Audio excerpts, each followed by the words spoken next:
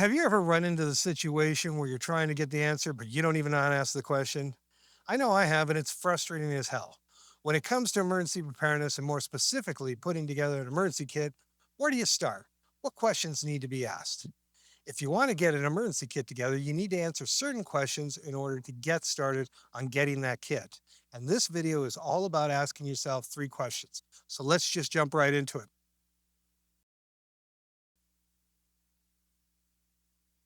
So let's talk about that first question.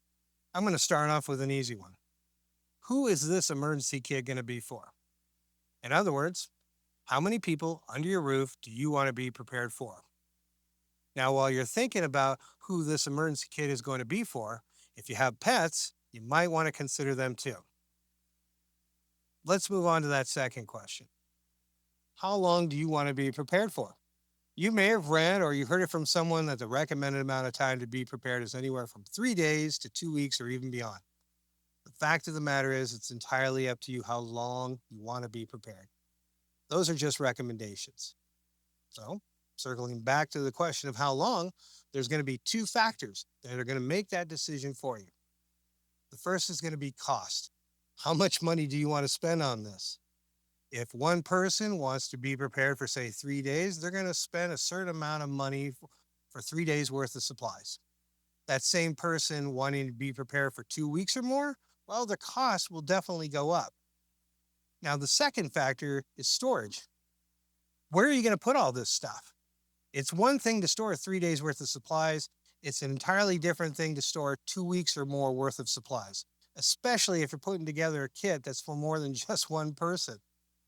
So cost and storage are going to be the two factors that will more or less make the decision for you on how long you want to be prepared for. Now, don't sweat it if you don't have an answer yet or a firm idea of how long you want to be prepared for. You can always go back to that question later. Now, on to the third and last question. Do you want to make your own kit or you want to buy one of those ready to go kits? These are going to be your two options as far as getting a kit. You can either make it or you can buy it. A few things you need to consider when it comes to buying a ready-made kit. Here's the pros. First is convenience. You can either buy one online or in a store that sells them on a frequent basis. You see it, you buy it, you put it away, boom, you're done. Second, ready-to-go kits generally have a small footprint. They don't take up a lot of space. Third, ready-to-go kits are generally rated to last up to 5 years if you store them correctly. Now, here are the cons. First, they're not custom kits. They're a one-size-fits-all approach. Number two, with ready-to-go kits, the reality usually doesn't measure up to the expectation. And nothing sucks more than to find out that the ready-to-go kit you bought is not even close to being adequate for your needs in an emergency. Now, when it comes to making your own kit, here's a few things you need to know. The pros? Actually, there's just one pro. Making your own kit has the singular advantage of allowing you to customize it to suit your needs. And who doesn't like that? Now, it's not really a con, but I think it's important to know. If you go with this option, it does require an investment of your time and energy to put it together.